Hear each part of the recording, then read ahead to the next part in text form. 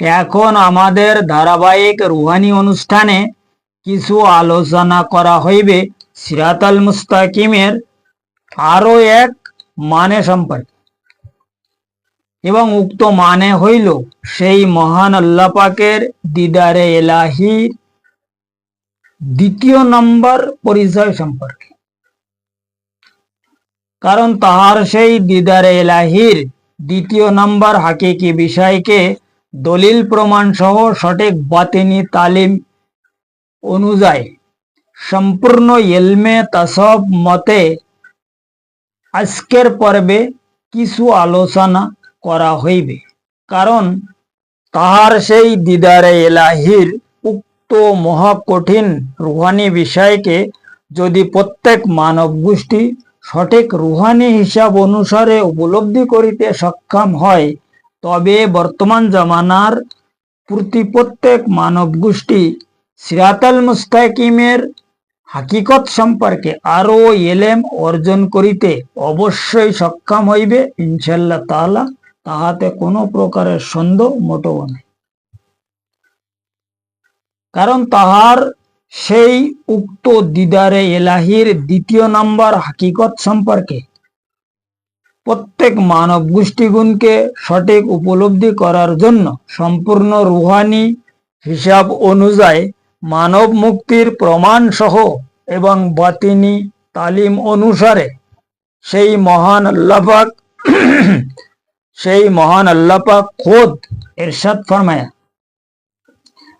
আল্লাহু ওয়ালিউল্লাযিনা আমানু ইখরিজুহুম মিনাজ জুলুমাতি ইলান নূর। অর্থাৎ সূরা বাকারা 157 নম্বর আয়াতে, সূরায়ে বাকারার 157 নম্বর আয়াতে সেই মহান বারে এলাহি দুনিয়ার প্রত্যেক মানব গোষ্ঠীগুণকে তিনি ইরশাদ ফরমায়া, আমি মুমিন বান্দাগুনকে জুলুমকারী সঠিক অন্ধকার রাস্তা হইতে বাহির করিয়া আমার জাতি নূর দ্বারায় আমি তাহাদের ওলি বানাই। যার কারণে সেই মহান নবী পাক সালাতুস সালাম তাহার সেই মহা অসীম জবান মুবারকে তিনি প্রত্যেক মানব গোষ্ঠীগুণকে সঠিক সতর্ক সহ রুহানি তালিম অনুযায়ী ইরশাদ ফরমায়, তাকাল্লাকু বিআখলাকিল্লাহি তাআলা। অর্থাৎ তিনি ইরশাদ ফরমায়া, সেই মহান আল্লাহ পাকের সঠিক চরিত্রে চরিত্রবান এবং তাহার গুণে মহাগুণে গুণান্বিত হও, তখন তাহার সেই দিদারে এলাহি হাসিল করার জন্য অবশ্যই সক্ষম হইবে। নচেত আর অন্য কোনো মত অনুযায়ী তাহার দিদারে এলাহি হাসিল করা কোনো মতে সম্ভব নয়। তাই বান্দা যত প্রকারের এলেমধারী বা বিশাল বড় ইবাদতকারী ব্যক্তি হোক না কেন, কারণ কোন সাধক যখন তাহার দিদারে এলাহির সেই প্রথম নাম্বার স্তর রুহানি স্তরকে নিজ মাতার আনারুহুর রুহানি ওসিলায় হাসিল করিয়া স্বপ্ন যোগে অর্থাৎ তন্দ্রা ঘুম অবস্থায় খবের মাধ্যমে তাহার সঙ্গে বারবার দিদার হাসিল করিতে থাকে, যে দিদার সম্পর্কে ইহার পূর্বে কোনো এক পর্বে বিস্তারিতভাবে আমার আলোচনা করা রয়েছে। যদি কারোর জানার দরকার হয় সে অবশ্যই জানিতে পারিবে উক্ত পর্ব হইতে। কারণ দিদারে এলাহির প্রথম নাম্বার স্তর সম্পর্কে উক্ত পর্বে সুন্দরভাবে আলোচনা করা রয়েছে। বর্তমান সময়ের মানব গোষ্ঠীর সেই মহান আল্লাহ পাকের দিদারে এলাহি সম্পর্কে কিছুটা উপলব্ধি করার জন্য কাজেই উক্ত দিদারকৃত সেই সাধকের তিনি যে সাধক মতলব খবের মাধ্যমে বারবার তাহার সঙ্গে দিদার করিতে থাকে, উক্ত সাধকের তিনি আরো 7জন এজাফি রুহু প্রদান ফরমায়, যে রুহুগুণের নাম হইল জোসায় তৌফিকে এলাহি। জোসায় তৌফিকে এলাহি রুহু সেই সময় উক্ত সাধক তাহার সেই প্রদানকৃত উক্ত এজাফি রুহু অর্থাৎ সেই জোসায় তৌফিকে এলাহি রুহুর ওসিলায় মুরাকাবার মাধ্যমে তাহার সঙ্গে দিদারে এলাহি হাসিল করার জন্য সক্ষম হয়ে যায়। তখন আর উক্ত সাধকের স্বপ্নযোগে তাহার সঙ্গে দিদার করার কোনো দরকার হয় না।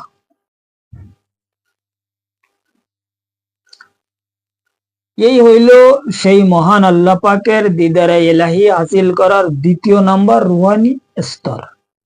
কারণ উক্ত উল্লেখকৃত রুহানি স্তরে মিরাজ রজনীর বহু পূর্বে হইতে সেই মহান নবী পাক সাল্লাতুস সালাম তাহার সঙ্গে দিদারে এলাহি হাসিল ফরমাইতেন। এই দুই প্রকার দিদারের মাধ্যমে, এক আনা রুহুর মাধ্যমে, এক জোসায় তৌফিকে এলাহির মাধ্যমে। তখন মিরাজ শরীফে উনি যাননি না, মিরাজ রজনী তখন মতলব অবগত হয়েছে। মিরাজ রজনীর যে দিদার, ও দিদার তো অনেক পরে হয়েছে। তার আগে উনি এইভাবে দিদার করতেন আল্লাহর সঙ্গে, যার কারণে উক্ত দিদারে এলাহির হাকিকত সম্পর্কে তিনি প্রত্যেক মানব গোষ্ঠীগুণকে এরশাদে গ্রামীণ ফরমায়া যে আমি এক মুহূর্তের মধ্যে 7 আলম ভ্রমণ করিয়া ফের আমি আবার নিজ স্থানে অর্থাৎ আমার অবস্থানে আসিয়া আমি আরাম ফরমাই। তো সরকারে 2 আলম যেখানে এক মুহূর্তের মধ্যে 7 আলম ভ্রমণ করার নিজে খোদকে নিজে সাবিত করিয়াছে বা রেওয়ায়তে পরিষ্কার ঠিক এইভাবে লেখা রয়েছে যেভাবে আমি বললাম। কারণ মেন ওনার এই যে এরশাদকৃত আসল কারণ হইল প্রত্যেক মানব দেহর মধ্যে বসবাসকারী যে সমস্ত ইনসানি রুহু রয়েছে তাহাদের চলার গতিবৃদ্ধি হইল 1 মিনিটে 6 কোটি কিলোমিটার।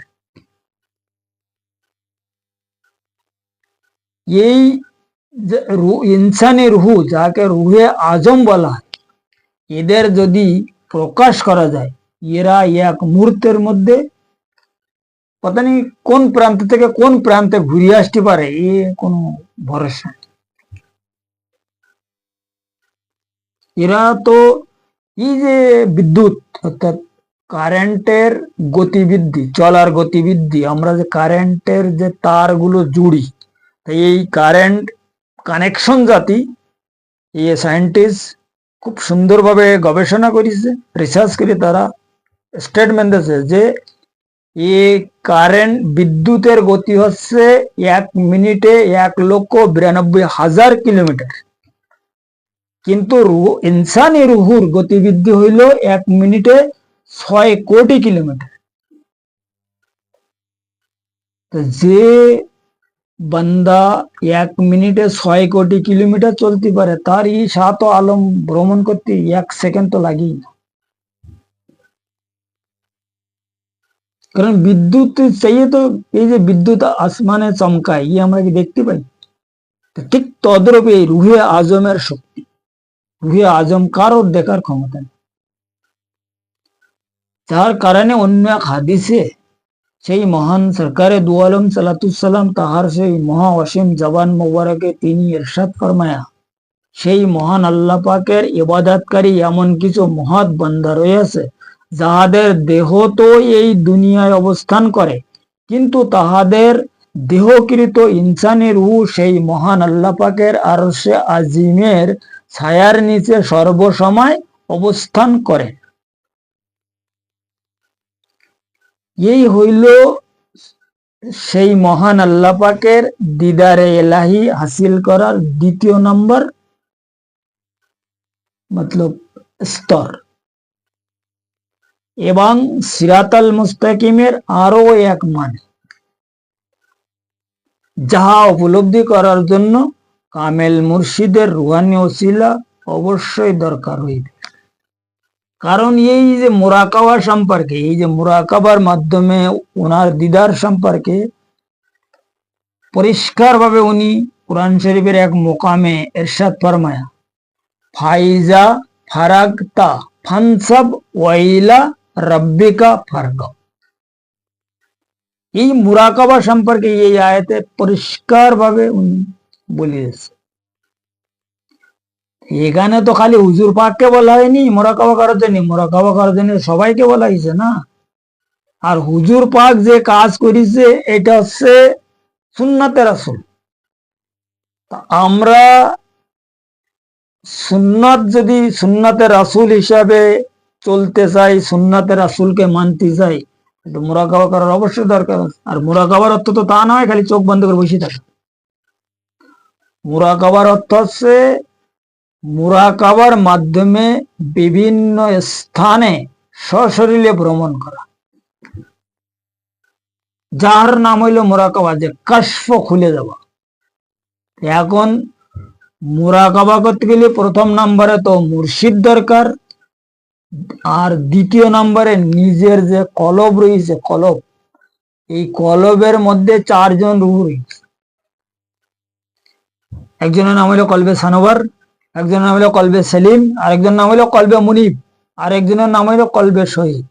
তা মুরাকাবা করার জন্য কমসে কম এই কলবের যে চার রূহ, এখানে তিন রূহ সবল হওয়া লাগবে। কমসে কম কলবকে কলবে মুনিব হওয়া লাগবে। কলবে সেলিম অবস্থায় সঠিক মুরাকাবা করা যায়। আর সানোবার হালতে তো কোনো মতে সম্ভব। যখন কলব মুনিব হয়ে যায় তখন মুরাকাবার লায়েক হয়। ওই সময় মুর্শিদ, যারা সুশিক্ষিত মুর্শিদ, তারা কিন্তু মুরিদের, উনি যাদেরকে তালিম টিচিং এর মধ্যে রাখে, যে সমস্ত দেহর উনি খোদ পরিচালক হয়ে গেছে, ওই সব ব্যক্তিদের মুরাকাবার ও অর্ডার সেই সময় দেয় যখন তাদের কলব মুনি হয়ে যায়। আর যদি কলব শহীদ হয়ে যায় তাহলে তার কোনো কথাই নেই, তখন তো আলমে আহাদিয়াতের কাশফ খুলে যায়।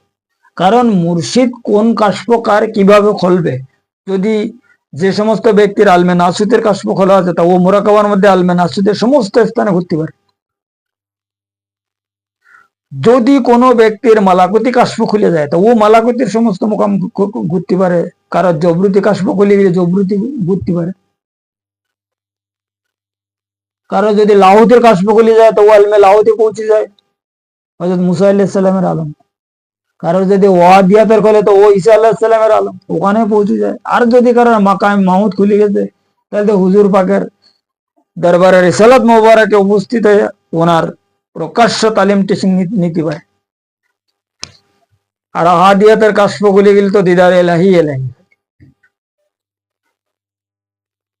যে দিদার সম্পর্কে মাওলায় কায়নাত হযরত আলী করিমুল্লাহ হুজুর রহমাতুল্লাহ আলাইহি ইরশাদ ফরমায় যে আমি ততক্ষণ পর্যন্ত সিজদা থেকে সের উঠাইনি যতক্ষণ পর্যন্ত আমি যাকে সিজদা দেই তার সামনে না দেখি। এই মুরাকাবা, এটাকে বলে মুরাকাবা। এখানে হাদিসে বলে যে আসসালাতু মিরাজুল মুমিন, তো मतलब মাওলা কায়নাত তো ও মসজিদে নামাজ পড়তে গেল আল্লাহ দিদার ভিতরে, তো ও মসজিদে আল্লাহ আসতেছ কি না, মাওলা কায়নাত ওই জায়গায় যাচ্ছে। তো এখন মসজিদে তো সারা দুনিয়ার লোক নামাজ পড়তেছে, কার দিদার হচ্ছে শুনি একটু।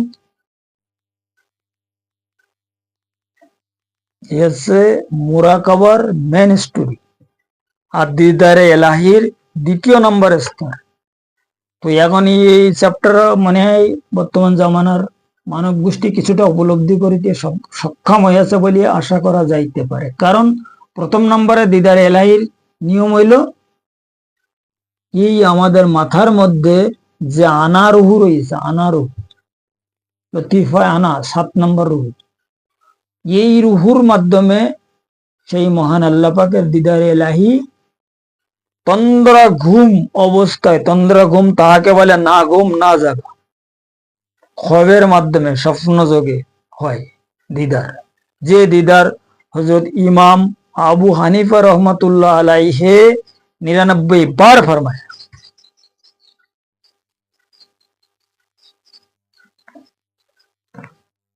তো এছাড়া ওনার যে সহোদরী সঙ্গে যে আরো 4 জন মাযহাবের ইমাম ছিল, যে ইমাম মালিক, ইমাম শাফি, ইমাম হাম্বল, এনারা কিন্তু এ কথা বলেন যে আমরা দিদার করেছি, কিন্তু ওনারা তো দিদার করতেই পারেনি না। তো সব ওলি কিন্তু দিদার পর্যন্ত পৌঁছতে পারে না, অবশ্য তারা ওলি। এখন এই দিদারে দ্বিতীয় নম্বর দিদারে এলাহির স্তর আছে কি, জোসায় তৌফিক এলাহির মাধ্যমে। আর জোসায় তৌফিকি এলাহিদারি যে ওলি, এই ওলির দেহর মধ্যে 14 লতিফা। কারণ এই আনা রুহ সহ আমাদের মধ্যে 7 লতিফা।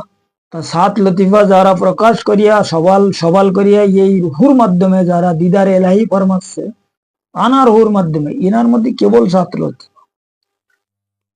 কিন্তু যিনি দ্বিতীয় নম্বরের দিদার হাসিল করিয়াছে তার মধ্যে 14 লতিফা। কারণ এক্সট্রা যে এজাফি রুহ হচ্ছে না, জোসে তৌফিক এলাহি আরো 7, ওনার ব্যক্তিগত লতিফা হচ্ছে 7, আর এজাফি এক্সট্রা ভাবে উনি আরো 7 রুহু হয়ে যাচ্ছে, তাহলে ও 14 লতিফার মালিক হয়ে গেল না। এ হচ্ছে মেনশন আছে। দিদারে এলাহি সম্পর্কে মানুষ উপলব্ধি করা বিশাল প্রয়োজন। যতক্ষণ পর্যন্ত সেই মহান আল্লাহ পাকের দিদার সম্পর্কে মানুষের এলেম অর্জন না হবে, ততক্ষণ পর্যন্ত ওই ব্যক্তি সিরাতাল মুস্তাকিম কি জিনিস এটা মানতেই পারবে না। আর সিরাতাল মুস্তাকিমের মধ্যে ঢোকা তো বহু দূরের কথা, এই মানতেই পারবে না। দিদারে এলাহি এমন এক মহা কঠিন বস্তু, এই দিদারে এলাহির হিসাব সম্পর্কে বিভিন্ন হাদিসে আনারু সম্পর্কে হুজুর আকরাম সাল্লাল্লাহু আলাইহি সাল্লাম ফরমায়, এবং আল্লাহ রাব্বুল আলামিন ইজ্জত হাদিস কুদসির মাধ্যমে পরিষ্কার মানব গোষ্ঠীকে সতর্ক ফরমায় যে দিদারে এলাহি অবশ্য মানুষ করিতে পারে। কিন্তু এখন তো এই দিদার সম্পর্কে বহু লোক তো বিশ্বাস করেই না। কোরআন শরীফই এ ব্যাপারে সাবিত রয়েছে, হাদিস শরীফই তো পরিষ্কার ভাবে সাবিত রয়েছে। মানব দেহ রুহু তত্ত্বের হিসাব অনুযায়ী লাখো করোড়ো বান্দা এই রুহুদের মাধ্যমে দিদার করিয়ে তাই ওলি আল্লাহ হয়েছে। এই জিসিম সহ দিদার করেছে একমাত্র হুজুর পাক ছাড়া আর কারোর জিসিম সহ দিদার করার হিম্মত নয়। কিন্তু এই ওলি আল্লাহ যারা দিদার করতে সব রুহুদের ওসিলায়, রুহুর যোগাযোগে, বুঝছেন? এ হচ্ছে দিদারে এলাহির মেন গুড় তত্ত্ব। আর দিদারে এলাহি সম্পর্কে প্রত্যেক মানব গোষ্ঠীর আসলে অবগতর বিশাল প্রয়োজন। কারণ প্রত্যেক মানুষের মনের মধ্যে, অধিকাংশ মানুষের মনের মধ্যে ধারণা কি আল্লাহর দেখা যায় না, না আল্লাহর পাওয়া যায় না, না আল্লাহ পর্যন্ত কোনো লোক পৌঁছতে পারে। একদম ভুল কথা। আল্লাহ পর্যন্ত পৌঁছবার জন্য সারে ব্যবস্থা আল্লাহ আমাদের এই দেহের মধ্যেই করে রেখেছে। তা না হলে এই মানব বানাবার কোনো যুক্তি ছিল না তার। আর উনি যে কথা বলেছে যে আশরাফুল মাকলুকাত, সৃষ্টির শ্রেষ্ঠ জীব, এইসব কথাবার্তার উনি কিভাবে লকাব দিয়েছে? সূরা বনী ইসরাঈলের মধ্যে কি বলেছেন? ওয়ালাকাদ কাররামনা ইয়া বনি আদম। তো আদম সন্তান, আদম তো বহু দূরের কথা, ওনার ইজ্জত সম্পর্কে তো কথা বলা মুশকিল, কিন্তু বনি আদম সম্পর্কেও আল্লাহ পরিষ্কার মতলব কোরআন শরীফে মানে ইরশাদ ফরমায়া যে এরা হচ্ছে সর্বশ্রেষ্ঠ জীব। তো সর্বশ্রেষ্ঠ তখনই হওয়া যাবে, আশরাফুল মাকলুকাত তখনই দাবি করা যাবে যখন ওই স্তর পর্যন্ত পৌঁছতে পারবে, নচেত কোনো আশরাফুল নয়। মানুষ তো ফেরেশতা চেয়ে বড়, কিন্তু যখন ওই জায়গায় পৌঁছবে তখনই বড় ফেরেশতা চেয়ে, নচেত নয়। তার আগে তো ফেরেশতা মানুষের চেয়ে বড়। যাই হোক, দিদারে এলাহির 2য় নম্বর স্তর সম্পর্কে আজকের আলোচনা এই পর্যন্ত রাখা হইল। সিরাতাল মুস্তাকিমের আরো অন্য বিষয় আগামী পর্বে আরো কিছু আলোচনা অবশ্যই করা হইবে, মানব মুক্তির প্রমাণ সহ দলিল মতলব হিসাবে।